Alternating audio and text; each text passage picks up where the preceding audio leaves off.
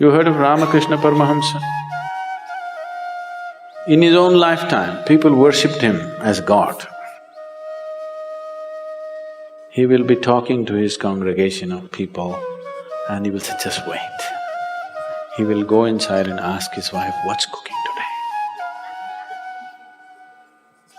His wife Sharada felt so ashamed of this.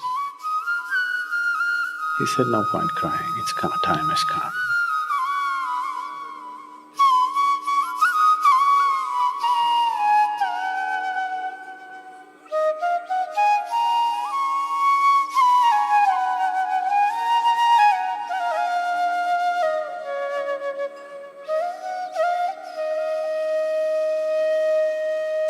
Because they don't want to be clients to bad designers.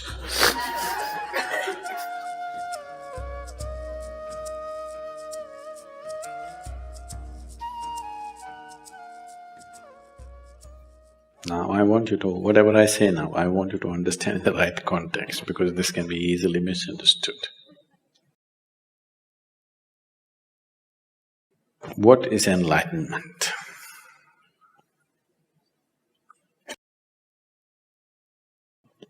There was a time in '60s, there used to be ads in California saying, if you go to India, it will take 12 years, $25, 1 hour, you can be enlightened here.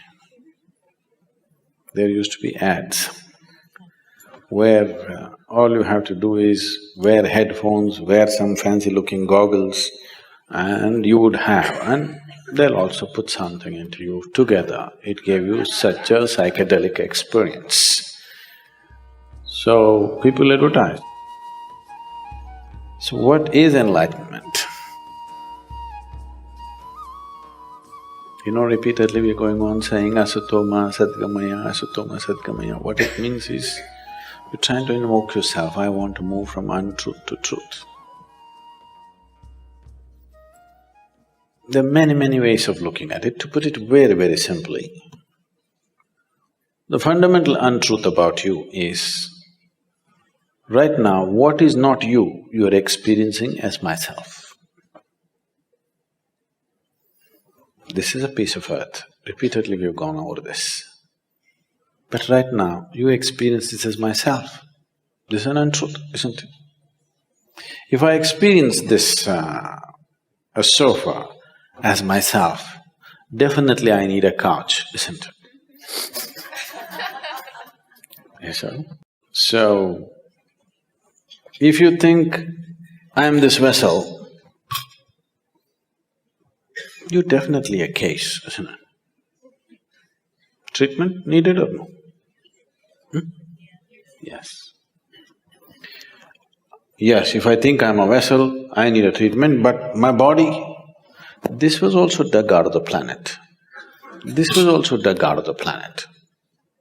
Yes? This is also a piece of earth, this is also a piece of earth, isn't it? If I can think this is me, why can't I think this is me?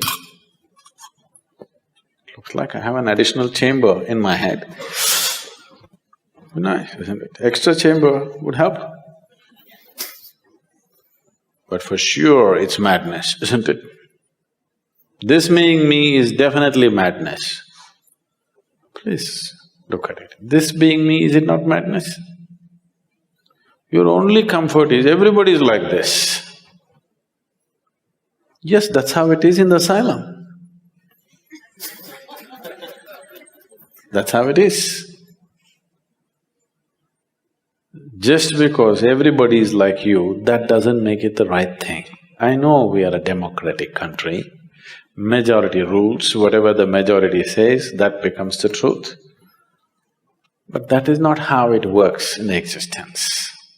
What is, what is not, that's all. If you're in line with it, life works one way. If you're not aligned with it, it works another way. It's as simple as that. So, if you realize, I am not this, not intellectually, if experientially, if a clear separation happened, it would be natural to keep this aside and walk away, isn't it? You are calling it by all kinds of bad words like death. No. I thought I am this vessel and continuously I carried it. One day I realized, oh my God, this is not me. It's natural for me to keep it down. And said, yeah, isn't it? Isn't it so? Yes. So that's all they did. You're exaggerating it.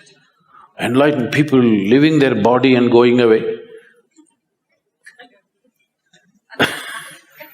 When they realized this is not it, they just kept it aside. If they had some more business, they could pick it up. They had no business, they kept it and went. Sensible way to live or not? If you have business with this vessel, you carry it around. You have no business with it, you leave it there. So when the realization happens, 99% of the time,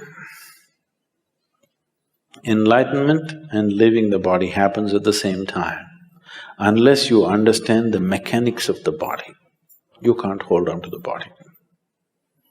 People who are on the path of devotion, usually you will see, most of them will die young.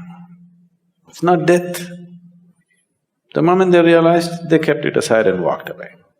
You will see, right through history, any number of yogis and realized beings always live in the range of between 28 to 36 years. That's where they live. Have you noticed this? India is replete with such people. That's the time they live. You heard of Ramakrishna Paramahamsa? You heard of Vivekananda? He was the first yogi who came to United States in 1893. He was the first yogi. His guru was Ramakrishna Paramahamsa. He's a devotee. He has a mother goddess and he's devoted and he's in a different way altogether. In his own lifetime, people worshipped him as God. He was not crucified, he was worshipped because his presence and this thing was so phenomenal. But he was mad about food.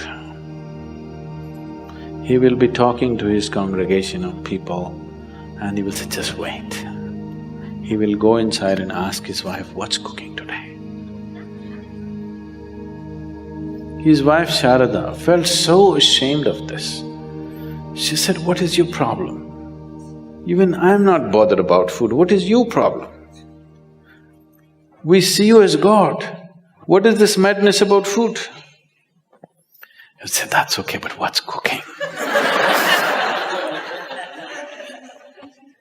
One day she felt so ashamed of this and she told him, I'm ashamed of you.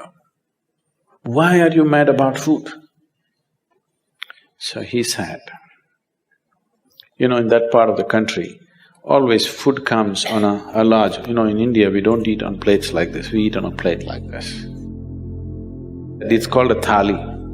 A plates with served food is called thali. He said, the day you bring the thali to me, the day you bring this food to me, if I show no interest in the food, you must know there are only 3 days left. He said this and 7 years passed after that. After 7 years, one day, he always had this habit of sitting on a swing and eating. So he would sit on the swing and eat. She brought the thali and he looked away. She burst out crying. Suddenly she realized, only 3 days left. He said, no point crying, it's come, time has come. 3 days later, he left. So he was using his desire for food consciously to kind of stay with the body. If he doesn't desire food, he will go. So every day telling himself, food, food, food, food, food, food, That's not his nature, but he's creating the desire just to keep it going all the time. He sits here in the satsang and if the experience becomes big, immediately he gets up and goes and says, what's cooking, what's today, I want to eat this, I want to eat that. Just thinking about food, desire, creating a conscious desire for food just to stay glued. Either you must create a desire like this, there are other kinds of tricks, or you must understand the mechanics of the body.